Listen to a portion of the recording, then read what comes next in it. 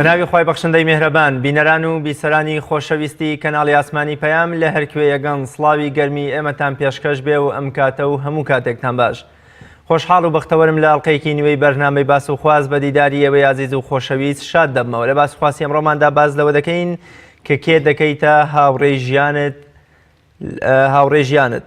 ئیسلامی پیرۆز هەر لە سەرەتای هاتنی وەکو کۆتا هەمین پەیامی خوایی بۆ بەشەریەت و مرۆڤایەتی گرنگیەکی زۆری داوە بە ڕێکخستنەوەی سەر لە نوێی پەیوەندیەکانی نێوان تاکەکان. یەکێک لەو پەیوەندیانە بریتێ لە پەیوەندی هاوڕێیەتی کە ئیسلامی پیرۆز کۆمەڵی ئاداب و مەرجی جوانی بۆ داناوە تاوەکو مرۆڤەکان هەوڵ نەدەن یەکتر فری و بدەن یا یەکتر بکەنە پرد و هۆکارێ بۆ پەڕینەوەی خۆیان بۆ گەیشتن بە ئامانج و مەبەستی خۆیان. بۆیە هەمیشە پەیوەندیەکی دروست و تەباو پڕ لە ڕێز و خۆشەویستی لە نێوان مرۆڤەکاندا دروست دەکات و مافیشی ئەوەشی داناوە کەوا پێویستە موسڵمانان خەڵکی بە چاوێکی پڕ لە ڕێز و خۆشەویستیەوە چاو لە هاوڕێتی و پەیوەندیەکانی نێوانیان بکەن. پێغەمبەری خوا صلی الله علیه و سلم لە ژیانی تایبەتی خۆیدا گرنگیەکی زۆری بەم پەیوەندیە داوە و هەمیشە هەوڵی داوە کەوا کەسانی شیا و کەسانی عاقڵ و پڕ لە ڕێز و ئەدەب و وێڵ بکاتە هاوڕێی کەسانی دیکە. بۆیە دەبینین لە شاری مەدینەشدا یەکێک لە ئەرکەسەرەکیەکانی بریتی بۆ لە دروستکردنی پەیوەندیەکی هاوڕێیانە و برانە لە نێوان جیلی ئەنسار و جیلی مهاجر. لەم بەرنامەیەدا باز لە گرنگی هاوڕێ دەکەین. ئێمە چۆن هاوڕێیەکی شیا و بۆ ژیانی دنیامان دابنین کەوا سوودیشی هەبێ وە کۆڵێ ئاوێنەیە بێ بۆ ڕۆژی قیامەتمان و بێتە مایەی سەربەرزبوون و ڕووسوریمان لای خوای گەورە و لە ڕۆژی قیامەتیشدا شەرمەزار نەبین. چونکە خوای گەورە لە چەندین ئاەتی پیرۆزدا ئاماژە بەوە دەکات کە کافرەکان لە ڕۆژی قیامەتدا پەنجەی پەشیمانی دەگەزن کە دەڵێن بریە ئێمە شوێنکەوتی پێغەمبەری خوا بووینە شەیتان و شەیتان دۆستەکانمان نەکردایەتە هاوڕێی خۆمان. شاعیر و عاریفی خواناسی کوردیش مەحبی ڕەزا و ڕەحمەتی خوای لێبێ دەفەرمێ سبەینە یەحشر المەرء برا گەل فرسەتە ئەمڕۆ تەبەڕابن لە من با کەس نەبێ حەشری لەگەڵ حەشرم. ئەوەی بەڕێز و خۆشەویستیش بۆ دەوڵەمەندکردنی بابەتەکە دەتوان بە کۆمنت و سەرنجەکانتان لە ڕێی دیجیتال میدیای پەیامەوە پرسیار و سەرنجەکانتان بنێرن و لەگەڵ میوانەکەم بەڕێز مامۆستا وریە تایر زەڵمی بانخوازی ئیسلامی باز لە گرنگی هاوڕێیەتی و سیفات و ئادابی هاوڕێیەتی دەکەین. مامۆستاگیان زۆر بەخێر بێ و سپاس بۆ ئامادەبوون. زۆر سپاس بۆ جەنابت و بۆ برا بەڕێزانی پشتی کامێرا و هەموو ستافی بەرنامی باسی خواز زۆر سپاستان دەکەم. زۆر بەخێر بێ. مامۆستا سەرەتا پێناسەی هاوڕێمان دەوێت بزانین هاوڕێ کێیە و بە کێ دەگوترێ هاوڕێ. بسم الله الرحمن الرحيم الحمد لله رب العالمين وصلى الله وسلم وبارك على المبعوث رحمة للعالمين وعلى آله وأصحابه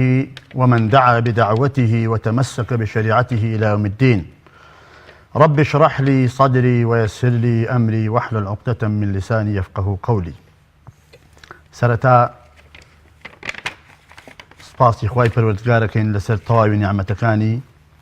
و گەورەترین نیعمەتیش نیعمەتی ئیمان و باوەڕبوونە بەخوا و بە پەیامی خوا و بە پێغەمبەران و بە ڕۆژی قیامەت. هەمیشە ئێمە پێویستە تا ئەو کاتێکە لە حەیاتین سپاسی خوای پەروەردگار بکەین لەسەر نیعمەتەکانی، چونکە لە ئین شەکەرتم لە ئەزیدەنەکم خوای گەورە خۆیە فەرمێ. و هەمیشەش بپارڕینەوە لە خوا کە خوای گەورە ئیستیقامە و دامەزراییمان لەسەر پەیامی خۆی پێ ببەخشێ. ئەمە دوعایەکە پێغەمبەری سەروەرمان صلى الله عليه وآله وسلم هەمیشە دووبارەیە کردەوە ئەی فەرموو اللهم ارزقنا الاستقامة في سبيلك يا رب العالمين. پێغەمبەرێک کە خوای پەروەردگار لە ئەوەڵ و ئاخری خۆش بووە، خۆشەویستترین مەخلوق بۆ لای خوای پەروەردگار لە نێو مرۆڤەکانە چ لە دنیا و چ لە قیامەتە. بەڵام کاتێک ئەم دوعایەکە بۆ ڕاهێنان و تێگەیشتن و پێگەیاندنی ئێمەی ئومەتی خۆیەتی صلى الله عليه وسلم. بێگومان ئیسلامی پیرۆز بۆ هەموو بوارەکانی ژیانی مرۆڤ کە مرۆڤ کائینێکی بەڕێز و ڕێزدەگیراوی خوای پەروەردگارە وەلەقەد کەڕەمنا بەنی ئادەم هیچ شتێکی فەرامۆش نەکردووە. نەک هەر فەرامۆشی نەکردووە بەڵکو وەگەر تەماشای دەقەکانی قورئان و فەرمایشتەکانی پێغەمبەری خوا بکەن عەلەیهی سەڵات وەسەلام زۆر گرنگی دراوە بە ژیانی مرۆڤ. بۆیە مرۆڤ هەمیشە ئەگەر ئێمە تەماشا بکەین پێغەمبەر عەلەیهی سەڵات وەسەلام هەمیشە ئەوانەی سەرزەنش کردووە کە گۆشەگیر بوون، کە گەناردگیر بوون، تێکەڵی خەڵکیان نەکردووە، هاوڕێتی خەڵکیان نەکردووە، بەدەم کێشە و مشکلی خەڵکەوە نەبوون. بۆیە بەڕاستی پەیوەندیەکانی مرۆڤەکان دوو بەشە. بەشێکی پەیوەندی خودی ئینسانە لەگەڵ خوای پەروەردگار و بەشێکی پەیوەندی نێوان مرۆڤەکانە. یعنی ئێمە ئەگەر لەم چەمکە تێبگەین کە قەولێکی شێخ عەبدولقادیر گەیلانی ڕەحمەتی خوای لێبێ فەرمێ الصدق مع الحق والخلق مع الخلق. ئەگەر ئێمە لەم چەمکە تێبگەین یعنی ڕاست و دروستی پەیوەندی ئێمە لەگەڵ خوا لە کەیە دەرەکەوێ؟ تعامل و هەڵت و کەوت و پەیوەندی و هاوڕێتیمان لەگەڵ دەوروبەری خۆمانە. فطرەتی ئینسان وا ئەخوازێت کە هەمیشە لەگەڵ ئینسانەکانە تێکەڵ بێ، لەگەڵ مرۆڤەکانە هاوڕێ بێ. بە جۆرێک لە جۆرەکان یعنی تەماشا بکەین کاتێک کە پێغەمبەری خوا فەرمێ اتق الله حیثما كنت، لە هەر شوێنەکەی لەخوا بترسە، بەڵام لە کۆتاییە فەرمێ وخالق الناس بخلق حسن. تەقوای بەستۆ بەچیەوە؟ بە تعامل و بە هاوکاری و بە ئەخلاق و ئاکار و ڕەوشتی جوان لەگەڵ مرۆڤەکاندا. پەیوەندی مرۆڤەکان بەڕاستی لەگەڵ خوای پەروەردگارە، لەگەڵ پێغەمبەرە، لەگەڵ پەیامی خوا، لەگەڵ هاوڵانی پێغەمبەری خوادا عەلەیهی سڵات وەسەلام و لەگەڵ پێشینانی خۆمانە کە ئەوان ڕۆشتن بە ڕێگای خۆیاندا ئێمە سوود لە ژیانی ئەوان وەرگین لە داستان و چیرۆک و بەسەرهاتی ئەوان لەو کتێبانەی کە بەجێ ماون، لەو قەولانەی کە فەرموویانە و هەروەها پەیوەندیمان لەگەڵ باو باپیرانی خۆمان، لەگەڵ دایکمان، لەگەڵ باوکمان، لەگەڵ خێزانمان، خوشک و برا و هاوسەر و تەواوی ئەو چین و توێژانەی کە ئێمە ڕۆژانە تەعاملیان لەگەڵاکەین، ئەمە شتێکی فطریە پێویستی بەوە هەیە کە هاوڕێتی لەگەڵیان بکەین. و پاشان بەڕاستی یەکێک لە هۆکارەکانی عاقبەت خێری مرۆڤ کە هەمیشە پێغەمبەری خوا عەلەیهی سڵات وەسەلام دوعای عاقبەت خێری کردووە. یەکێک لە نیشانەکانی عاقبەت خێری بەسراوەتەوە بچیەوە؟ بەوە کە هاوڕێیەکی چاک بۆ خۆت هەڵبژێری. کاتێک کە معاویە کوڕی ئەبوو سوفیان کە بەم ئابەمە کۆتایی بەم بڕگەیە دێن و دێنە سەر باسی دیتر، معاویە کوڕی ئەبوو سوفیان کاتێک کە لەسەر مرگایە خزمەکانی لێ کۆبوونەتەوە ئەگرین بەسەریا، ئەفەرمێ لا تبكوا علي فوالله ما تعلقت بخطيئة منذ أسلمت ففاضت روحه الطاهرة فصلى عليه الفاروق يعني عمر بن الخطاب وحزن لفقده هو وصحابه الكرام رضوان الله تعالى عليهم أجمعين. أفرمي سوين بخواي پروردگار لو كاتوي كمن إيمانم هنا ومسلمان بوم گناهكم أنجام نداوة. طبعا أو فرق جوازين نيوان خطأ وخطيئة شيء. خطأ طبعا بيغمري خواه فرمي كل بني آدم خطاء، هم مرافقان أكريتو شيء هذا كم قريبا، بلام خطيئة أو كإنسان بأن قصد أو جناه هذا تاوان أنجام بتاع جواز كان لما يفرمي لو رجل مسلمان بأن قصد جناهكم أنجام نداوة. أما شيء ويلي كدوا براتي أما أجد تماشى كن دعاء لخدمتنا ولا خدمتي بنا شاءتين خدمتي أو آية فرمايشتاني بيغمبري خواه عليه الصلاة والسلام كإشارة عن بيكراوة ومروف داكوتي لسروا بكا هەمیشە بەدوای هاوڕێی ڕازگۆ، هاوڕێی بەوەفا، هاوڕێی مسلمان و دەستپاک و ئینشاءڵڵا ئیشارەی پێکەین بەدوای ئەوانە بگەڕێبەوەی خۆشبەخت بێت چ لە دنیا و چ لە قیامەتە. کەواتە شیاوی ئەوەیە ئێمە بیکەینە هاوڕێی ژیانی خۆمان. بێگومان خوای پەروەردگار خیتابەکانی بۆ مرۆڤەکان جیاوازە. تەماشا بکە لە قورئانە خوای گەورە فەرمێ یا ئەیها الناس یا ئەیها الرەسول یا ئەیها النەبی يا أيها الذين آمنوا يا أيها الذين كفروا أم خطابانها مو هر جاري بجورك لجورك كان رول خلقيك بلام لم خطاب دا خوي پروردگار وكات الطواوي مروفكان أفرمي يا أيها الناس إنا خلقناكم من ذكر وأنثى وجعلناكم شعوبا وقبائل لتعارفوا إن أكرمكم عند الله يتقاكم. خوي پروردگار أفرمي إيما من خلق كدوا دروس من كدون لنيرومي كما بس بي آدم وحوايا سلامي خويا لسربي بۆ ئەوەی تەعایش و هەڵت و کەوت و تەعامل و یەکترناسین لە نێوانتانە هەبێ. قەبیلە و هۆزی جیاوازیشە بووە، بەڵام تەعامل و هەڵت و کەوتیان لەگەڵ یاکا بکۆن. کاتێک خوای گەورە باسی بەنی ئیسرائیلەکە ئەو کاتێک کە موسا لەگەڵ هاوڵانیان کە بەرەو ئەو بەحرەکە ئەڕۆن و فیرعەون و دارودەستەشی بە شوێنیانەوەن، خوای گەورە فەرمانی پێکا ئەو عاسایە لەو بەحرەبە لە 12 شوێنەوە ڕێگا کراوەتەوە. عولەمایان فەرمون بۆ 12 شوێنە بعدد قبائل بني إسرائيل کەواتە ئەو قەبیلە و هۆزانە هەر لەو سەردەمانەوە لە سەردەمی دروستبوونی مرۆڤەوە هەموو مرۆڤەکان بە قەبیلە و بە هۆز بن، بەڵام بۆ ئەوەی یەکتر بناسن، یەکتر تەعامل لەگەڵ یەکترا بکەن. کەوا بۆ ئێمە هەمیشە ئەبێ بگەڕێن بە دوای کیا؟ بە دوای مرۆڤێکە وەکو خوای گەورە فەرمێ یا ئەیها الذین آمنوا اتقوا الله وكونوا مع الصادقین. یعنی ئەمە فەرمانی خوای پەروەردگارە، فعلی ئەمرە. لەگەڵ کیا هاوڕێتی بکەن؟ ئەوانەی کە ڕاستگۆن، ئەوانەی کە بەڕاستی خەمی دنیا و قیامەتی ئێمە ئەخۆن. من ئەوێ بەدوای هاوڕێی کا بگەڕێم، تەنها خەمی دنیای منی نەبێ، خەمی قیامەتی منی بێ. بەدوای هاوڕێی کا بگەڕێم کە بەڕاستی لێ ئەمین بم، وەکو دوایی ئیشارەی پێ ئەەکەین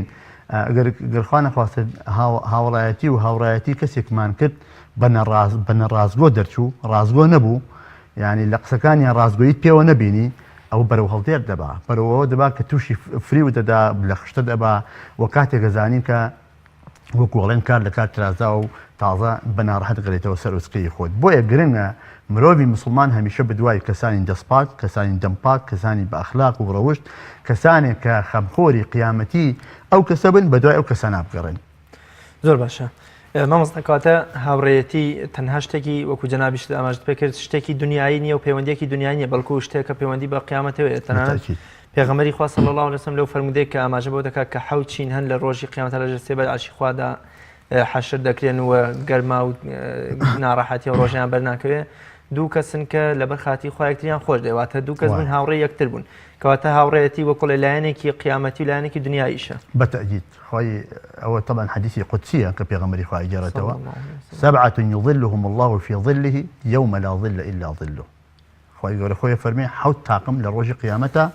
لەژێر سێبەری خوای پەروەردگارە حەشەرەکەن کە لەو ڕۆژە هیچ سێبەرێکی تر نیە تەنها سێبەری خوا نەبێ ئەمە فەزڵ و گەورەیە خوای پەروەردگار بەخششێکە داوێتی بۆ حەوت تاقمە هیچێک لەوانە ڕەجولانی تەحابا فی الله ئەی بەهۆی چێوە یەکتریان خۆشێ بۆی هاوڕێتیەوەیە ڕاست ئەوە تا پێغەمبەری خوا فەرمی عەلەیهی الصەلاة وەسەلام المرء على دين خليله مرۆڤ ئینسان لەسەر دینی هاوڕێکەیەتی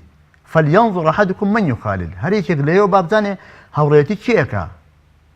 پیاوێک هاتە خزمەتی پێغەمبەر عەلەیهی الصەلاة وەسەلام فەرمووی یا رسول الله متى الساعة ئەی پێغەمبەری خوا قیامەت کەی دێ پێغەمبەری خوا فەرمووی ما أعددت لها چیت بۆ ئامادە کردووە ئەویش وتی حب الله ورسوله خۆشەویستی خوا و پێغەمبەری خوان بۆ ئامادە کردووە پێغەمبەری خوا بێدەنگ بوو فلم يجبه النبي بشيء حتى نزل قول الله پێغەمبەری خوا کە گوێی لەم قەولە بوو کە وتی من خۆشەویستی خوا و پێغەمبەری خوان بۆ ئامادە کردووە بێدەنگ بوو تا جوبرائیل هاتە خوارەوە لە ئاسمانەوە هاتە خوارەوە ئەم ئاەتە هێنا ومن يطع الله والرسول فأولئك مع الذين أنعم الله عليهم من النبيين والصديقين والشهداء والصالحين وحسن أولئك رفيقا لسورة النساء آية 69 خواي پروردگار فرمي هر کسی گوێڕایەڵی خوا و پێغەمبەری خوا بکە لە ڕۆژی قیامەتە لەگەڵ کێ فأولئك مەبەستی قیامەتە مع الذين أنعم الله عليهم لەگەڵ ئەوانەی کە خوای گەورە بەخشش و میهرەبانی و فەزڵی خۆی بەسەرا ڕشتون ئەوانیشیان من النبيين لبيغمبران و لرازقيان و شهيدان و بياو صالحان وحسن أولئك رفيقا كأواني باشترين هاوري و هاودم و هاولا لروج قيامتا يعني كوابو إيما كيمان خوش بيه لقيامتا لقلوين هر كسيك مان هل بجادوا هر حزب لاينك هي هر چين توجه هي لقل يا تعاملك بپیڕە و پڕۆگرام منهجەکەی ڕازیت لە ڕۆژی قیامەتیشان لەگەڵ ئەوتای ئەو فەرمایشتی پێغەمبەر عەلەیهی سڵات وسەلام پاشان پێغەمبەر عەلەیهی سڵات وسەلام هەر بە فعلی ئەمر ئەفەرمێ لا تصاحب إلا مؤمنا هاوڕێتی کەسێک مەکە ئیلا مسلمان نەبێ لەبەرەوە مسلمان بەڕاستی خاوەنی ئەخلاق و ڕۆشتی جوانە خاوەنی ڕاستگۆییە خاوەنی صفاتە بەردەکانە و خاوەنی ڕێز و وەفایە و هەرگیز زەرەری بۆ تۆ نییە هەمیشە وەکو پێغەمبەری خوا فەرمێ لا يؤمن أحدكم حتى يحب لأخيه ما يحب لنفسه مرۆڤی باوەڕداری ڕاست و دروست ئەو کەسەیە کە بەڕاستی خۆشی و چاکە و قازانجی بۆ کێیە بۆ براکەشی وەکو خۆیەتی یعنی بەڵکو ئەوەی کە بۆ خۆی ئەوێ بۆ ئەویش پێی خۆشە بۆیە هەمیشە پێغەمبەری خوا عەلەیهی سڵات وسەلام داکۆکی لەسەرەوە کردو کە ئێمە هاوڕێتی چی ئەەکەین لەگەڵ کێ هاوچکۆ دەکەین تەعاملمان لەگەڵ کێیە و هاتوچۆمان لەگەڵ کێیە بۆیە فەرمێ لا تصاحب إلا مؤمنا زۆر باش مامۆستا بچینە خزمەتی قورئان و فەرمودەکانی پێغەمبەری خوا صلی الله علیه وسلم زانین ئەوان چۆن باسییان لە گرنگی و فەزڵ و پێگە و ئاداب و سیفاتی دۆزینەوە و هەڵبژاردننی هاوڕێ کردووە ئیشارەم بەو ئاەتە کرد کە ئەوە بە خۆی گەورە فەرمێ ئەو خیتابی ڕۆکاتە ئیمانداران یا ئەیها الذین آمنوا اتقوا الله وكونوا مع الصادقين ئەی ئیمانداران یەکەم تەقوای خواتان هەبێ لە خوای پەروەردگار بترسن شەربی خوا بکەن لە سنوورەکانی مەبەزێنن و خۆشەویستی خوا و پێغەمبەری خوا لە دڵتانە جێگیر بکەن و پاشانیش وەکون مع الصادقین لەگەڵ کەسانێکدا ببنە هاوڕێ و هاودەم و هاوڵ و هەڵسوکۆتیان لەگەڵا بکەن کە ئەهلی بەڕاستی ڕازگۆین وەکو ئیشارەم پێکرد کەسێک کە ڕازگۆ بێ حەزی بە زەرەری تۆ نییە و ئیشارەشم بۆ فەرمایشتە کرد کە ئەو پیاوە هاتە خزمەتی پێغەمبەری خوا عەلەیهی سڵات وسەلام و پاشان پێغەمبەری خوا نمونە دێنێتەوە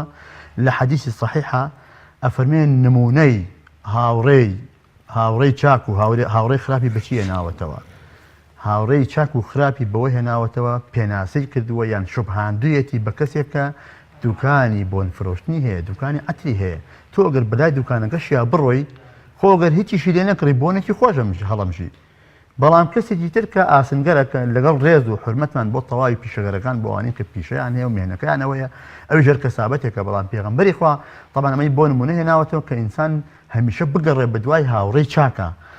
هاوڕێی خراپ وەکو ئەوە وایە کەسێک کە ئاسنگەرە تۆ ئەگە بەلاشیە بڕۆی ئەگەر هیچیشی لا نەکڕی پرچی ئەوە ئاسنگەریە لەوە چ جلەکانە بسووتێنێ کەوا بوو ئەمە فەرمایشتی پێغەمبەرن عەلەیهی سەڵات وەسەلام لە قەولێکی ئیمامی عومەرە ڕەزا و ڕەحمەتی خوای لێبێ کە هەمیشە تاکۆکی کردووە لەسەرەوەی کە ئێمە بە دوای ئەهلی چاکا بگەڕین بە دوای خەڵکی باشا بگەڕین بە دوای هاوڕێی ڕازگو و بە ئەمەک و بە وەفا بگەڕین ئەفەرمێ قال عمر بن الخطاب في الحث على طلب أهل الخير في الصحبة والصداقة وعليك بإخوان الصدق تعش في أكنافهم هميشه هودا هاوركت كسيكي رازقو بي بوي لپنايا أسودبي لپنايا بحوي توا اگر كسيكي رازقو هلجار كرديا هاوري خوي لپنايا إسراحة دكا توشي زرو زيان نابي وهروها فرمي فإنهم زينة في الرقاء أو أنا براسي جوانين لكاتي خوشي وفرحة وكلكاتي بلاو مصيبتي شابنا بشتيواني تو کەسێک کە ڕازگۆ بێت تۆ کاتێکە مصیبەتێک ڕوبەڕوە بێتەوە ئەگەر هاوڕێیەکی ڕازگۆ بێت لەگەڵتا بەشێک لە خەمەکانی تۆ هەڵەگرێ کەوابوو ئێمە بێ دوای ئەوە بگەڕین یەکەم کەسێکی ئیماندار بێ و پاشان کەسێکی ڕازگۆ بێ و دوور بێ لە فسق و فجور و لەو شتانەی کە زەرەریان بۆ دنیا و بۆ قیامەتمان هەیە و هەروەها فەرمێ وەحذەر صدیقەکە إلا الأمين في القوم کێ زۆر ئەمانەت پارێزە کێ زۆر مەسەن کەسێکی ئەمینە پیغمبر عليه الصلاة والسلام دو صفات ناسرا بو صادق والأمين إما شون كوتي پیغمبر عليه الصلاة والسلام أفرمي كسك أمينة كبراسي كسك رازقو به ولا أمين إلا من يخشى الله أمين يجنيه إلا مقر كسك لأخواب تسيو شرمي خواي فالوزقار لدلياها به وهروا أفرمي ولا تصحب الفاجرة فتتعلم من فجوري لەگەڵ کەسی خراپەکار و تاوانبار و خاوەنی صفاتە بەد و پەسەندەکان ناپەسەندەکانە هەڵسوکەوت و تەعامل مەکە و هاوڕێتی مەکە چونکە هەمیشە لەو شتانەی ئەو تۆشت فێرە بی یعنی تۆ وەرە تەماشاکە گەر هەڵسوکەوت و تەعاملمان لەگەڵ مامۆستایەکی ئاینیە بێ هەمیشە لەو شتانەی کە باسی ئەکا لە بەیانی ئەکا گە شەرحی ئایەتێک بێگە شەرحی فەرمایشتێکی پێغەمبەری خوا بێ سوودی لێ بینی ئەی خۆ ئەگەر لەگەڵ کەسێکی ترا هەر باسی دنیا و باسی شتە بێکەڵکەکان بێ ئەوانەی لێوەرەگری کەوابوو ئێمە هەمیشە بێ هەوڵ بدەین بگەڕێن بە دوای کەسانێکدا کە خاوەنی بەهرەن خاوەنی کۆمەڵێک شتی پەسەند و چاکن کە دەبنە مایی خۆشبەختیمان بۆ دنیا و بۆ قیامەتمان زۆر باش مامۆستای زانایانی ئیسلام و تابعین و تابعین و زانایانی پێشینی ئەم ئومەتە چۆن باسییان لە گرنگی و فەزڵ و بەهای هاوڕێتی کردووە هەمیشە پێشینانی ئێمە لە پیاو ساڵحان لە زانایانی ناودار هەمیشە هەوڵیان داوە داکۆکییان کردووە ینی وەکو ئەو فەرمایشتانی خوا و پێغەمبەری خوا کە زیاتر ئەوان تۆخیان کردوتەوە تەکیدیان کردوتەوە یەکێکی وەکو ئیمامی شافعی ڕەزا و ڕەحمەتی خوای لەسەر بێ فەرمێ أحب الصالحين ولست منهم يعني تو سری ئەم تەواضعەکە ئەفەرمێ من بەڕاستی پیاو ساڵحان و بۆ خوا سوڵحاوان بخۆشەوێ هەرچەند خۆم لەوان نیم ئیمامی شافعی وەکو وترێ لە یەک شەودا تا بەیانی هەموو قورئانی خوێندوێتەوە ئیمامی شافعی پیاوێکی گەورە و ناوداری سەردەمی خۆی بووە کەیچێک لە سەر مەزهبەکان کە میلەتی کوردی ئێمە کە پێوترێ مەزهبی ئیمامی شافعی ئەڕوا بڕێوە بەڵام ئەم پیاوە لە تەواضع وتێتی من بەڕاستی پیاو ساڵحانم زۆر خۆشەوێ و خۆشم لەوان نیم لعلی ئەن ئەنالە بهم شەفاعە و ئومێد دەکەم ڕەجاءەکەم هیوام وایە داواکەم کە بکەمە بەر شەفاعەتی ئەوان و هەروەها باسی ئەوە کە فەرمێ من بەڕاستی هەمیشە گوناه و هەڵە و تاوان و مەعسیەت و سەرپێچیەکانم زۆرە بەڵکو خوای پەروەردگار بەهۆی ئەوانەوە ئەمە یەکێکە لەو پیاوە بەڕێزانە کە باسی ئەوەکە یان ئیمامی ئەوزاعی ڕەحمەتی خوای لێبێ فەرمێ بیستم لە بیلالی کوڕی سعد کە ئەمیشە یەکێکە لە تابعین ئەفەرمێ أخي لك كلما لقيتك ذكرك بحظك من الله هاوڕێیەکت هەبێ هاوڵێکت هەبێ هاودەمێکت هەبێ هەمیشە زیکرێکی خوای پەروەردگارت بیرخاتەوە هەمیشە ئامۆژگاریەکت بکە هەمیشە بترسێنێ بە شتێکی خراپ و مژدەت پێ بدا بە شتێکی باشترە خەیر لەکە من ئەخ كلما لقيتك لقيك وضع في كفك دينارا على زور بيخوشتر لويك روبروي هاولش تبموا دينارك درهمك باريك بولك لدسيا بمداته يعني ذكركي بباشتر لبروا خمخوري قيامتي اويان يعني كسي جوكو فضيلي كوري عياضة فرمين لا تخالط سيء الخلق فإنه لا يدعو إلا إلى الشر فضيلي كوري عياض بناوبانك كومالك قولي جواني هي كأفرمي هرجيز هاوريتيو تيكلاوي لقل أوانا مكة خاوني كومالك صفاتي ناپسند نشياون أخلاق وروشتكي ناپسنديان هي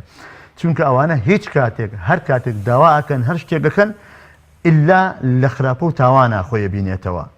وهروها أبو ذر غفاريش رحمتي خويا لبيك هاولتي برز بيغمبري خويا فرمي الصاحب الخير من الوحدة الصاحب الصالح خير من الوحدة هاوريتي باش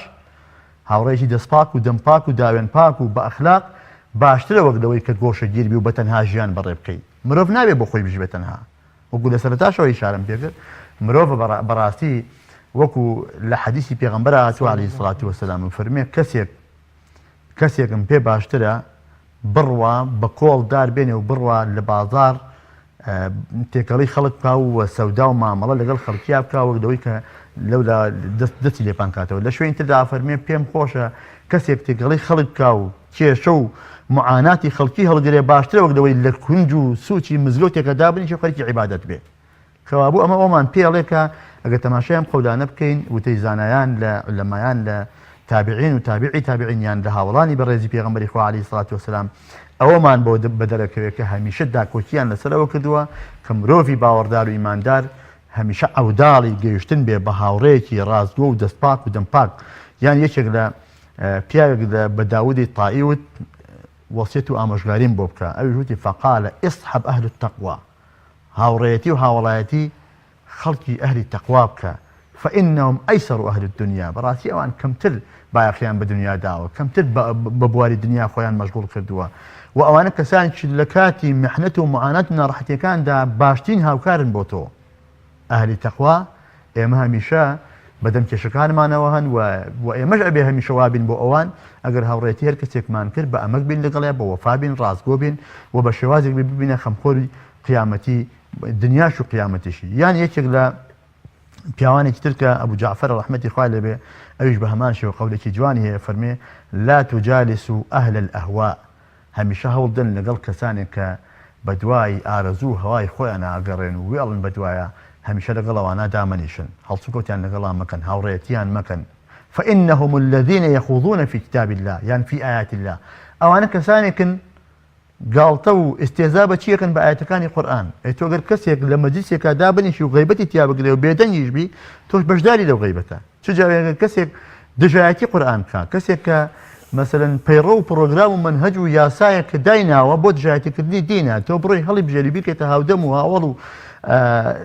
پرسوڕای پێ بکەی و ڕاز و نیازی خۆتی لا بکەی ئەمە پێچەوانەی دەقەکانی قورئانە پێچەوانەی فەرمایشتەکانی پێغەمبەری خۆی عەلەیهی سڵات وسەلام و پێچەوانەی ئەقوالی ئەو هەموو عولەما بەڕێزانەیە کە ئیشارەمان پێ کرد ئەڵبەت قەوت زۆرە لە خزمەتتانە باسی بکەین ئەگەر پێویست بوو چەند قەولێکی تریش ئیشارە پێ یەکەین بۆ نمونە ئیبراهیمی نەقەعیە فەرمێ جالس التەوابین تەوابین ئەوانن کە زۆرە گەڕێنەوە بۆ لای خوا ئەوانە ئەهلی تەقوان تەوبە ئەکەن هەمیشە عیبادەت ئەنجام ئەدەن ئەڵێ لەگەڵ ئەوانە هەڵسوکۆت بکەن چونکە فإنهم أرق الناس قلوبا دڵێکی زۆر نەرمیان هەیە ئەوانە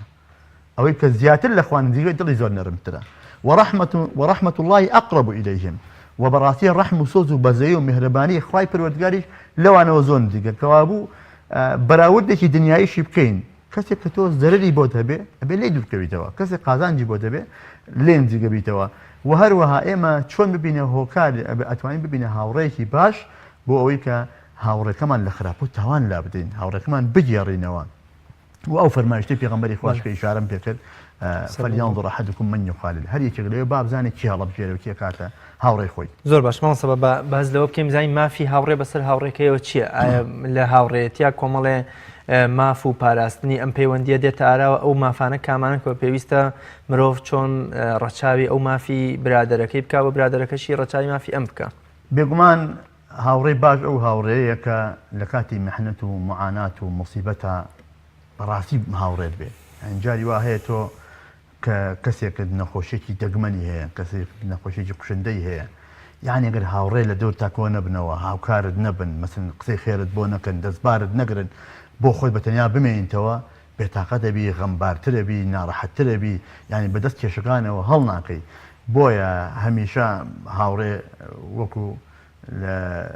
حەدیثی پێغەمبەر تو حق المسلم على المسلم ست مسلمان کۆمەڵی حەقی هەیە بەسەر دویترەوە هاوڕێش بێگومان حق و مافی بەسەر یەکترەوە هەیە حەقی هاوڕێتی حەقی ئەوەی کە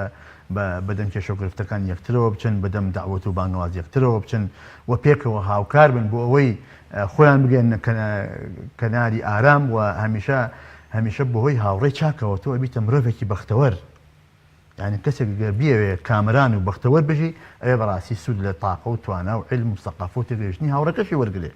بۆیە گرنگە ئەو حەق و مافانەی کە ئێمە بەچی بزانین هاوڕێ باش کامەیە هاوڕێ باش ئەو کەسەیە کە هەمیشە داکۆکی لەوە ئەکا کە تۆ لە زەرە دوور بکاتەوە لە قازان نزیک بکاتەوە کە هەمیشە تەنها هەوڵ و هیممەت و هاوکاریەکانی بۆ دنیا نەبێت تەنها باسی هەر بۆ دنیا نەبێت جاری وایە تۆ لە مەجلیسێکا دانیشی کەسێکی توجار ئەوەی زیکر و یادی خوابێ ئەوەی ناوی خوابێ و قورئان بێ و حەدیثی نایە بەدەمیە هەر باسی پارە و دوکان و سەروەت و سامان و ئەوە و تیجارەتەیە ئەمە بەڵام ئەبێ بەڕاستی ئێمە هەردوو جانمەکە بەسین بەیەکەوە چونکە الدنيا مزرعة الآخرة دنيا وقيامت خواهی پەروەردگاری فەرمێ ولا تنسى نصيبك من الدنيا دنیاشتان بیر نەچێت چونکە دنیاش بەشێکە لەوەی کە ئینسان بەرەو ئەو قیامەتەژە بە بەڵام هاوڕێی چاک بەڕاستی ئەوەیە کە تۆ هەمیشە بەبینینی دڵخۆشە بی جاری وا هەیە کەسێک هەر لە ڕێی مزگەوتان ناسیوتە بەڵام وردە بە مروری زەمن بەهۆی هاتوچەی مزگەوت و بەهۆی تەعامل وەسگەوت و بەهۆی نەرمونیانی و زەردەخەنەکانی وێتە هاوڕێیەکی باش ئەگەر ڕۆژی لە ڕۆژان هاوڕێیەکت مەسەلەن بە حادیسەیەک بە وەزعێک تیاچێک کۆتایی پێدا لەبیر و زیهن تا هەر ئەمێنێتەوە هاوڕێی چاک لەبەرەوە گرنگە ئێمە هەمیشە هەوڵ بدەین کۆمەڵێک هاوڕێ بۆ خۆمان گۆشەگیر نەبین بە تەنها بۆ خۆمان نەژین کۆمەڵی هاوڕێ باش بۆ خۆمان دەستەبەر بکەین ئەو هاوڕێیانەی کە دەبنە مایەی خۆشبەختی و ئاسوودەیی و ئارامیمان لە دنیا و لە قیامەت دوای مردنیش ئەبێ هاوڕێ هەر وەفادار بێ بۆ هاوڕێکەی وەکو چۆن پێغەمبەری خوا صلی الله علیه و سلم نەک تەنانەت بۆ خودی دوو هاوڕێ فەرزیشی کردو لەسەر کوڕی یەکێکیان کە باوکیان ئەمرێ هەر وەفادار بن بۆ پەیوەندی کە باوکی لەگەڵ برادەرێکی هەی بووە پێغەمبەری خوا عەلەیهی سەڵات وەسەلام کاتێک کە خەدیجە وەفاتەکە لە دوای وەفاتی خەدیجە چەند جار سەردانی ئافرەتێکی کردووە لەبەرەوە هاوڕێی خەدیجە بووە ئەوە وەفایە بەڕاستی وەفایە بۆ ئەوەی کە من ئەوانەی کە هاوڕێی هاوڵی باوکم بوون کە پێکەوە تەعاملیان کردووە هاتوچۆیان هەبووە ئێستا ڕێزیان لێ بکرم یعنی ئەوە وەفایەیان بەڕاستی مرۆڤی موسڵمانە بێ وەکو بارانی ڕەحمەت وابێ وەکو بارانی ڕەحمەت کە بەڕاستی هەر بە بارینی خەڵک دڵخۆشە بێ مرۆڤی باوەڕدار مرۆڤێک کە هاوڕێیەکی چاک بێ ئەبێ بەڕاستی بەو شێوازە بێ ئەو نمونەیە کە پێغەمبەری خوا عەلەیهی سەڵات وەسەلام سەردانی مەسەلەن هاوڵەکانی خات و خەدیجە کردووە ئەمە وەفایە بۆ خەدیجە کە خێزانی بووە کەوابوو ئێمەش ئەبێ بەڕاستی هاوڕێکانمان لەبیر نەکەین ئەگەر تۆ هاوڕێیەکت کەسێک مەسەلەن وەفاتی کردووە بەڵام لەوە چێ ماڵ مناڵێکی بەجێ مابن دەستی میهرەبانی بەسەر مناڵەکان نابێنێ لێیان بپرسەرەوە ئەوەندەی کە تاقە و توانات هەیە ئەوەندەی کە قدرەتت هەیە چ لە ڕووی مادی چ معنەوی هاوکاریان بکە سەردانیان بکە بە دەمکێشەکانیانەوە بڕۆ ئەمە وەفایە بۆ ئەو هاوڕێیەت کە ڕۆشتووە ئێمە لە معنای حقیقەتی هاوڕێی تێبکەین بەڕاستی بۆ شێوازە بین زۆر باش مامۆستا ئاساییە مرۆڤ هەر کەسێکی ناسی هەر کەسێکی بینی بیکات هاوڕێی خۆی واتە هەر مرۆڤێک ئێمە بینینمان بۆی هەبوو یان بوون لە شوێنەکە ناسیمان ئیدی ئەمە بەبێ ڕەچاوکردنی ئەو سیفەتانەی کە هەیە ئاساییە ئەمە بیکەینە هاوڕێی خۆمان بێگومان هەندێک هاوڕێتی هەیە تۆ بتێونەتەوێ ناچاریە بۆ نمونە تەلەبەیەک ڕاتە جامیعەیەکەوە 4 ساڵ 5 ساڵ لە کۆلیژێک لە جامیعەیەک تەعامل و هەڵسوکەوتی لە گروپێکان پێکەوەن لە ژوورێکان لە مەکتەبێکان لە جامیعەکان یعنی تۆ بتێونەتەوێ خۆ ناکرێت لەوێ بەتەنها خۆت بی گۆشەگیر بی و بەتەنها تەعامل و هەڵسوکەوت لەگەڵ خەڵکانەکەی ئەمە پێوترە ئێستێڕاری ناچاری بەڵام ئەکرێت تۆ هۆکاربی بۆ ئەوەی کە ببیتە مای هیدایەتی ئەو خەڵکە ببیتە مای بەختەوەری بۆیان یەک نمونە بۆ جێڕمەوە کە داعیەکی بانخوازێک کە سەفەرەکە بۆ وڵاتی ئەڵمانیا ئەو شوقەیە کە تیایە نیشتەجێیە هاوڕێکەی کە لە پەنایەتی کەسێکی مەسیحیە ئەم هاوڕێ مەسیحیە کە دراوسێشێتی و هاوڕێشێتی ئشتراکی ڕۆژنامەی کردووە ڕۆژنامەیە کە ڕۆژانە دەرەچێ هەموو ڕۆژێ بۆی هێنێت ماڵەوە بە قەدەری خۆ ئەم هاوڕێی ئەم مەسیحیە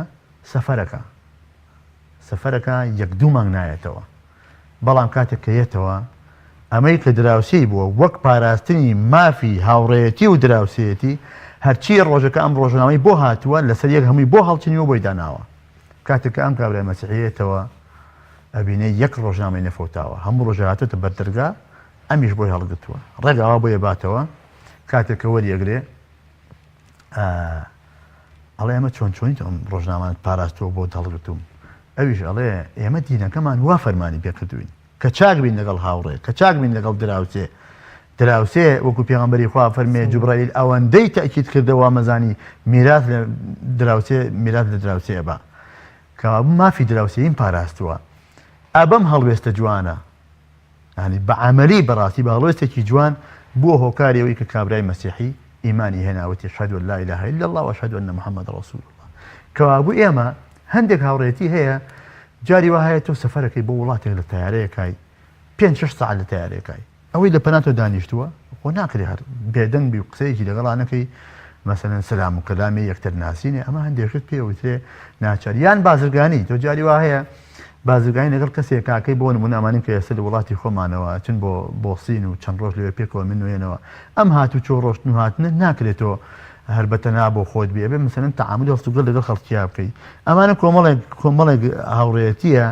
بەڵام هاوڕێتیە کە بۆ هەمیشەیی بێ ئەبێ بەڕاستی وەکو ئیشارەم پێکرد کەسێکی ڕازگۆ بێ کەسێکی ئیماندار بێ کەسێکی ڕوو لەخوا بێ کەسێک بێ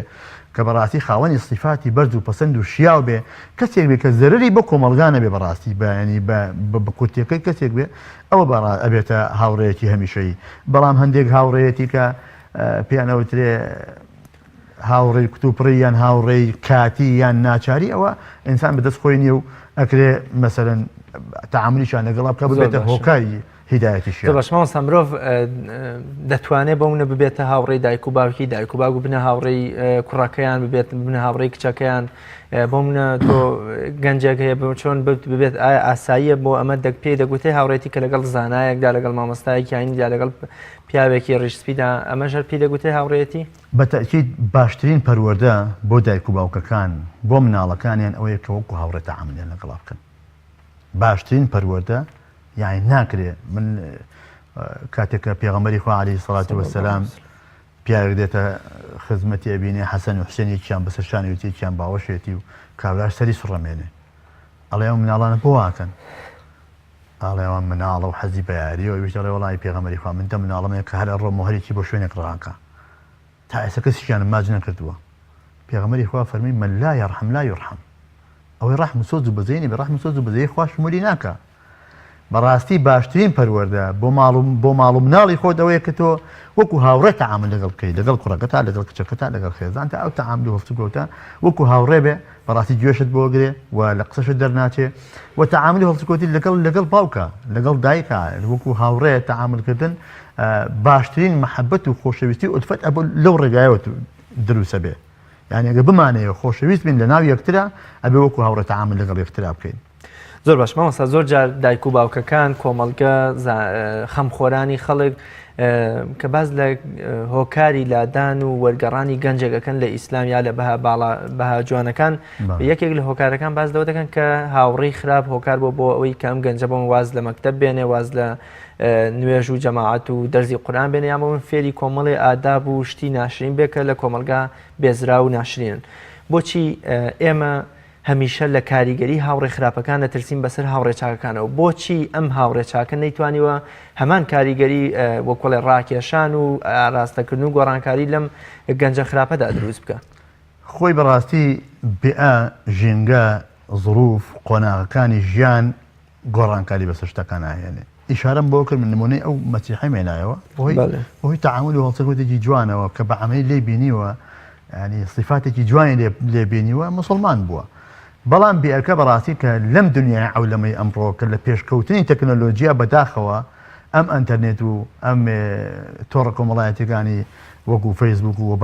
تەواوی تۆڕەکانی تر هۆکارێکی سەرەکین بۆ ئەوەی کە مرۆڤەکان بەرەو هەڵتێر بپا و ئەوەش لە ڕێی هاوڕێوە ئەوە پێغەمبەری خوا فەرمێ المەرء عەلی دینی خەلیلیه مرۆڤ لەسەر دینی هاوڕێکەیەتی هەر یەکێک لێوە بابزانە کێ کاتە هاوڕێی خۆی خۆ ئەکرێ من مەسەلەن لە جامیعەیەکام ممکن نییە ئەم جامیعەیە خۆ لەوە چێ بەدەگمە خەڵکی خراپی تیاابێ لەوە چێ خەڵکی مسلمانی زۆر تێدای بەڵام زۆر وارد نەبێ زۆر شارەزار نەبێ ئیلتزاماتی وەکو پێویست نەبێ ئەکرێ ئێمە هۆکاری چاک بین بۆ ئەو نەخوانە قاتە خراپی ئەوان تەسیر و کاریگەی لەسەر ئێمە بەجێ بێڵێ بەڵام هۆکاریشە بۆ نمونە ئەو گروپە دڵڕەوانەی کە لە وڵاتانە دروستە بن بە نمونە وەکو داعش لە شارێکەوە مەسەن کۆمەڵی خەڵک ڕوا هەر هاوڕێی ترە بە و هاوڕێکان لە ڕێ یەکترەوە چن لە ڕێی مەسنجەر و تەلەفۆن و باڵێن تەڕۆکە وڵایەتەکان و یەکتر ئەناسن و بەرەو هەڵدێر یارەمە کاتێک گەزانین دوایی تازە پەشیمانی دادێنیە بەڵام با ئێمە هۆکار بین بۆ ئەوەی هەمیشە هاوڕێیەکی باش بین بۆ بەرامبەرەکەمان هەمیشە هۆکار بین بۆ هیدایەتیان هەمیشە خەمخۆریان بین و هەمیشە بشزانین چیەکەین بە هاوڕێی خۆمان ئەوە تا مەسەلەن پێغەمبەری خوا عەلەیهی سەڵات وەسەلام زۆر جار داکۆکی لەسەرەوە کردووە نەک بەتەنیا هاوڕێیەک کە ڕاست و دەستپاک و مسلمان ئەوە بێ حتا ئابێت لەسەر سونەتیش یعنی بدع و خرافاتیشی لێ بەدی بکرێ هەوڵدر لی دوورکەوەرەوە ئەگەر مسلمانێکی ملتەزیم و باشتر دەستکەوت لەوە دوورکەوەرەوە کە خەریجی بدع و خرافاتە و دینی کردوتە قوربانی مرامەکانی خۆی لا تصاحب إلا رجلا على السنة والسنة ضدها البدعة والسنة هو ما كان عليه النبي والصحابة رضوان الله تعالى عليهم أجمعين والتابعون لهم بإحسان إلى يوم القيامة إما هەمیشە بێ کەسە ملتەزم و دیندار و مسلمانەکان ئەوانەی کە زیاتر لە خوا و نزیکن ئەوانە سوود و کەڵکیان بۆمان هەیە ئەوانە نەفعیان لێ بینین یان مەسەلەن کەسێک کە ئەوە یەکێک لە عولەمانە فەرمی لا تصاحب إلا صاحب خلق الحسن لەگەڵ کەسانی کە هەڵسوکۆت بێت کە خاوەنی ڕەوشتی جوان بن ئەخلاق لە ئیسلامە پلەپایە و مەکانەتێکی گەورەی هەیە ئەوە تا خوای گەورە منەتەکە بەسەر ئێمە کە باسی پێغەمبەری خواکە عەلەیهی سەڵات وەسەلام وئینەکە لەعەلا خولق عەظیم پێغەمبەرەکەی ئێمە خاوەنی بەرزترین ڕەوشت بووە یان لە شوێنی تردا فەرمێ إنما بعثتم لأتمم مكارم الأخلاق من هاتم بۆ تەواوکردنی ئەخلاق و ڕەوشتە جوانەکان لە هەر شوێنێک ئەخلاق و ڕەوشتی جوان هەبوو ئەوە بەڕاستی شایستەیە بۆی کە بیکەینە هاوڕێ و هاودەمی خۆمان و تەعامل و هەڵسوکۆتمان لەگەڵ یان زۆر باش کەواتە لە ئەگەرێکدا کە ئێمە بتوانین کاریگەریمان لەسەر هاوڕێ خراپەکانمان هەبێ و لە کاری خراپ و ناشرینەوە ئاراستەیان بکەین بەرەو بەها باڵا بەرزە جوانەکانی ئیسلام لە کۆمەڵگەدا ئەو کاتەم هاوڕێتیە نەگەر هاوڕێتی کە خراپ نییە بەڵکو هاوڕێتی کە زۆرجار فەرز و واجبیژە بێت لەسەر ئێمەمانن بەتەکید ینی ئینسان نابێت تەنها هەر خەریکی عیبادەت و هەر خەریکی ئەوە بێ کە گۆشەگیر بێ بۆ خۆی بەتەنها بێ جاری وا هەیە منکەرێک ئەبینی کە منکوڕەیەک ئەبینی هەڵەیەک ئەبینی وەکو پێغەمبەری خوا فەرمی من رأى منكم منكرا فليغيره بيده فإن لم يستطع فبلسانه فإن لم يستطع فبقلبه وذلك أضعف الإيمان حديثەکەش ئیمامی مسلم ڕیواەتی کردووە ئەفەرمی ئەگەر منکەرێکت بینی جا و منکەرە لە هاوڕێکی خۆتایە جاری وا هەیە مەسەلەن خراپەیەکی لێ ئەبینی تۆ هەڵدە مەسەلەن بە قسەی خۆش بە زەردەخەنە بە نەسیحەت و ئامۆژگاری و بە وەسیەت بۆکردن هەوڵدە بیری خەیتەوە کۆمەڵش جاری وایە ئینسان تووشی هەڵە کە منکوڕی تاوانێکە بێ یەک جا بیری بخەیتەوە ئەڵێ وەڵای من تووشی هەڵەیەکی خراپ بووم خۆزگە نەمکردایە ئەم بیرخستنەوەی تۆ ئەوە معنای تەواوی هاوڕێیەتی ئەدا بەو یعنی ڕەنگە ئەمە هۆکارێ بۆ ئەوەی کە هاوڕێیەتی حەزی هاوڕێیەتی تۆ بێ ئێمە ئەبێ هەمیشە فاکتەری ئیجابی بین بۆ بەرامبەرەکانمان بۆ هاوڕێکانمان بۆ جاو هاوڕێیەمان دراوسی دوکانمانە ئەو هاوڕێیەمان لە جامیع و قوتابخانەیە ئەو هاوڕێیەمان لە مزگەوتایە ئەو هاوڕێیەمان دراوسێمانە هەرچی هەیە با ئێمە هەمیشە فاکتەری ئیجابی بین بەرەو چاکە پەرکێشیان کەین نەخوا نەخواستەوان ببنە هۆکاری ئەوەی کە ئێمە بەرەو خراپە و بەرەو تاوان بمان بن زۆر باشە هاوڕێتی وەکو جەنابیشت ئاماژت پێکرد زۆر جار ئێمە هەڵەیەک قسەیەک شتێکی نەشیاو لە هاوڕەیەکی بەڕێزمان دەبینین چۆن ئێمە ببینە هۆکاری ئەوەی کە ئەم خراپە و تاوانە لە هاوڕێکەماندا چاک بکەین و زۆر جار ئەو تاوان و هەڵە و لادانانە کامان کە دەبنە هۆی هەڵوەشاندنەوەی پەیوەندی هاوڕێیەتیەکەمان بێگومان چ نەهێشتنی یان دوورخستنەوە و کەمکردنەوەی منکەر و خراپە و تاوان چ فەرمانکردن بە چاکە ئەبێ بەڕاستی ئێمە طریقە و شێوازەکەی بزانین چۆن بەکاری بێنین یعنی جاری وا هەیە تۆ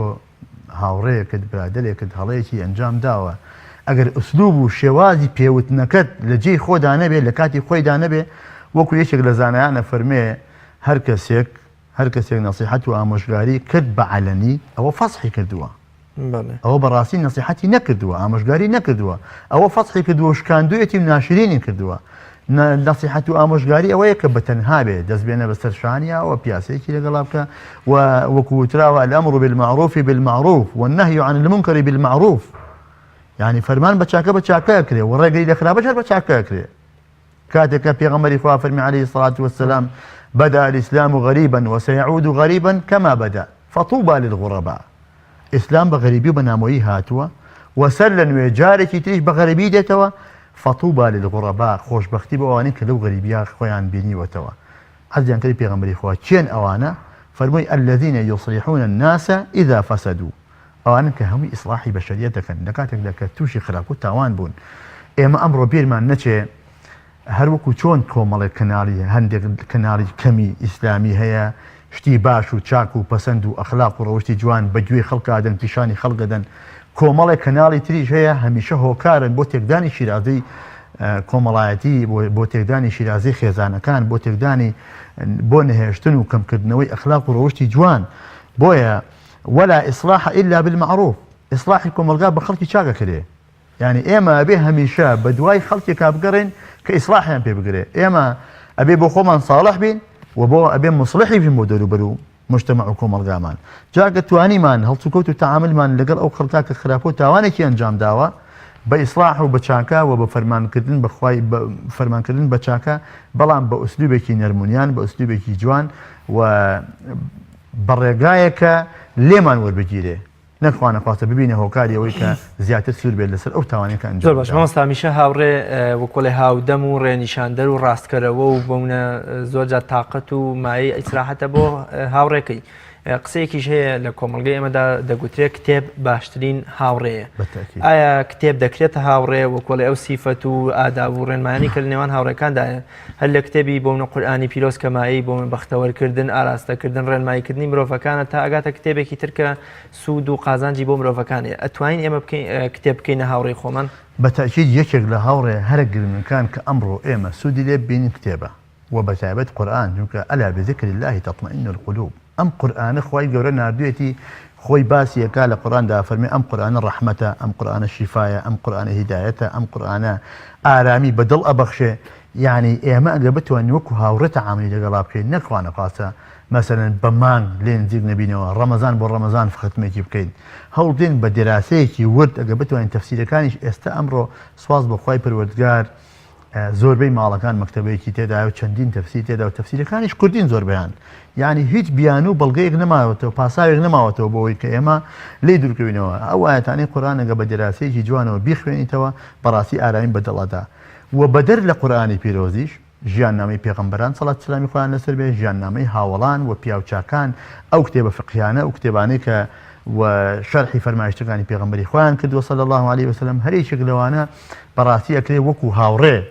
هاوڕەیەکی زۆر بەسوودیش و هاوڕەیەکی زۆر بێدەنگیشە. هەمیشە تۆ سوود لەوە بینی، هەمیشە ئەبێتە مایی سوود و کەڵک بۆ دنیاشت و بۆ قیامەشت ڕێنمونیتەکە هەمیشە. بەڵێ بەتاکید کتێب یەکێکە لە هاوڕێ هەرە بەڕێز و خۆشەویستەکان مرۆڤ پێویستە تەعامی لەگەڵا بکە. و وتراویشە ئەهلی سەعادە و بەختەوەری بەڕاستی کەسانێکن کە زیاتر تەعامل و هەڵسوکەوتیان هاوڕێتیان لەگەڵ کتێبایە. يعني ئەو کتێبەی هەنگاوێکە کە تۆ بەرەو ئەو بەختەوەریە بە. ئەگە توانیمان خۆمان لەوا بینیەوە ئەوە سپاسی خوای پەروەردگار بکەین. ئەگە توانیمان لەگەڵ ئەهلی چاکە خۆمان بینیەوە، لەگەڵ ئەهلی فەزڵا، لەگەڵ پیاوچاکانە، لەگەڵ ئەوانەی کە ئەوە سپاسی خوای پەروەردگار بکەین و بەردەوامیش بین، ئیدامەی پێ بدەین و نەشونما بە و هاوڕێیەتیە بدەین بۆی ببێتە مایی بەختەوەریمان لە دنیا و لە قیامەتە. زۆر باش مامۆستا چۆن لە ڕێی دوعا و پاڕانەوەکانمانەوە وەکڵێ هاوڕێی قیامەتمان دەستنیشان بکەین بۆی لەوێش پەشیمانی و دووبارە بوونە پەشیمانەوەمان بەرەو ڕوو نەبێتەوە. تا ئاەتی کە جەنابەت ئاماژت پێکە پێغەمبەری خوا صلی الله علیه وسلم لە سەرمەرگدا چەند جارێک خوێنێتەوە کە خوای بمگەێنە بە ڕێزی پێغەمبەران و ساڵحان و ڕازگۆیان و شەهیدان. و ئیمامی ئەبوبەکریش ڕەزا و ڕەحمەتی خوای لێ بخات و عایشە فەرمێن لە سەرمەرگی فەرموو بەردەوام ئاەتی دووبارە ڕەبی تەوەفەنی موسلیمە و ئەلحقنی بالصالحین. کەواتە ئێمە دەتوانین لە ڕێی دوعا و پاڕانەوەکانمانەوە بۆمنە هاوڕێ هەرە مەزن و باشەکانی ڕۆژی قیامەتیشمان دەستنیشان بکەین. طبعا ئەو ئاەتە ربي توفني مسلما والحقني بالصالحين لآيات الصوية سورة التوبة سورة يوسف. أم آياتا يكمين كسيك أم دعائك دوكية پێغەمبەر یوسفە کاتێک کە پێغەمبەر یوسف سەلامی خوای لەسەر بێ ئەو هەموو قۆناغە سەختانی ژیانی بڕیوە ئێمە سەر دەرفەتی باسکردنیمان لێ بەڵام ئەخرێتە بیرەوە دوای ئەفرۆشرێ و بەڵام دواتر سەرنجامە بێتە عەزیزی میسر و پێغەمبەری خوا و خوای گەورە پەیامی بۆ نێرێ و مەسەلەن وەحی بۆ نێرێ و کۆمەڵی خەڵکی زۆر لەسەر دەستی ئیمانیان و هیدایەت وەرەگرن و شوێنیەکەون ئالەم کاتانە ئەم دوعایەکە ڕەبی تەوەفەنی موسلیمن خوای پەروەردگار تۆ منەتێکی زۆرت بەسەر مندا کردووە مادەم منەتێکی زۆرت بەسەرا کردوم شارەزات کردوم لێکدانەوەی خەوت پێبەخشیوم و ئێستش داوات لێ یەکەم تەوەفەنی مسلم بە مسلمانی بمرێنە و بشم گەیەنە بە کاروانی پیا ساڵحان ئەمە یەکەمین کەسێک کە ئەم دوعایی کردووە کە ئاەتی قورئانیشە پێغەمبەر یوسفە لە دوای ئەو لە ئومەتی پێغەمبەر عەلەیهی سەڵات وەسەلام یەکەمین کەسێک ئەم دوعایەکە کێیە ئەبوبەکری سەدیقە کە پێغەمبەری خوا عەلەیهی سەڵات وەسەلام شایەتی بوو ئەوەی بۆ دا فەرمێ هەر هەشت دەرگاکەی بەهەشت بانگنەوازی بۆکەن لە هەر شوێنێکەوە ئەوەی بڕاتە باش دەرگای بۆ کراوەیە لەو مەقامە بەرزەشایە کە قورئان باسیەکە مەسەلەن ثاني اثنين إذ هما في الغار إذ يقول لصاحبه لا تحزن إن الله معنا يعني زۆر جار لە خۆشییا وەکی سەدیق دەستی کردەوە بەگریا ئەم دوعایە خوێنێ فەرمێ ربي توفني مسلما وألحقني بالصالحين خوای پەروەردگار ئێمەش بە مسلمانی بمرێنە و بشمان گەێنە بە کاروانی پیا ساڵحان بەڵێ بە تەئکید لە دوعا و پاڕانەوەکانمانە گرنگە هەروەکو چۆن ئەپاڕێنەوە بۆ باوکو و دایکمان بۆ ماڵ و مناڵمان بۆ سەعادەت و بەختەوەریمان بۆ ڕزق و ڕۆزیمان بۆ خۆشبەختی دنیا و قیامەتمان داوای بەهشت لە خواکەین داوای ناز و نیعمەتەکانیەکەین داوای شەفاعەتی پێغەمبەری خواکەین و ئەبێ ئاواش داوا لە خوای پەروەردگارکەین خوای گەورە هاوڕێ و هاودەم و هاوڵێکمان پێ ببەخشێ کە بێتە مایەی خۆشبەختیمان لە دنیا و لە قیامەتە زۆر باش مامۆستایان کاتی بەرنامەکەم زۆر کەمی ماوە کۆتا قسە و پەیامی جەنابەت چییە؟ وەڵام من لێرەوە وێڕای دەستخۆشیم بۆ جەنابتان سڵاو و ڕێز و خۆشەویستیم بۆ تەواوی بینەران هیوادارم ئەم بەرنامەیە توانی بێتمان سوودێکمان بە بینەران و بیسەرانی کەناڵی ئاسمانی پەیام گەیان دەبێ داواکەم لە خوای گەورە وەمان لێ بکە هەمیشە کەسانێک هەڵبژێرین بۆ هاوڕێ و هاودەم و هاوڕێتیان لەگەڵا بکەین کە ببینە مایەی خۆشبەختیمان لە دنیادا و سەربەرزی و سەرفرازیمان لە قیامەتە دەستخۆشی لە جەنابتانەکەم و سوپاستانەکەم زۆر سپاس دەکەم مامۆستایان خوای گەورە پاداشتی بەخێر بداتەوە ئینشەڵڵا بینەرانی بەڕێز و خۆشەویست زۆر سپاس بۆی وەی عەزیزیش کە تام ساتە بینەری بەرنامەکە بوون تا بە یەک گەشتنەوەکی دیکە بە خوای گەورە مێرەبانتان ئەسپێرم خواتان لەگەڵ